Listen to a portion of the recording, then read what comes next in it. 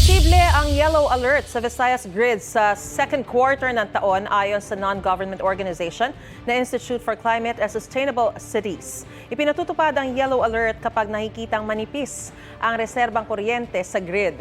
Ayon sa ICSC, pinaka-vulnerable ang Visayas Grid dahil umaasa pa rin ito sa supply ng kuryente mula sa Luzon at Mindanao.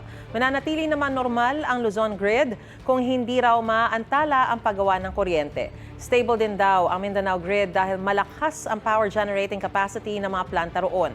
Dagdag pa ng ICSC, makakaapekto rin sa supply ng kuryente ang mas malaking demand ngayong tag-init. Gayon din ang supply ng langis na kailangan sa paggawa ng kuryente. Ang pag-aaral ng ICSC ay batay sa power supply at demand outlook ng National Grid Corporation of the Philippines at Department of Energy. Wala pang pahayag ang dalawang ahensya kaugnay sa naturang pag-aaral. Igan, mauna ka sa mga balita, mag-subscribe na sa GMA Integrated News sa YouTube para sa iba't ibang ulat sa ating bansa.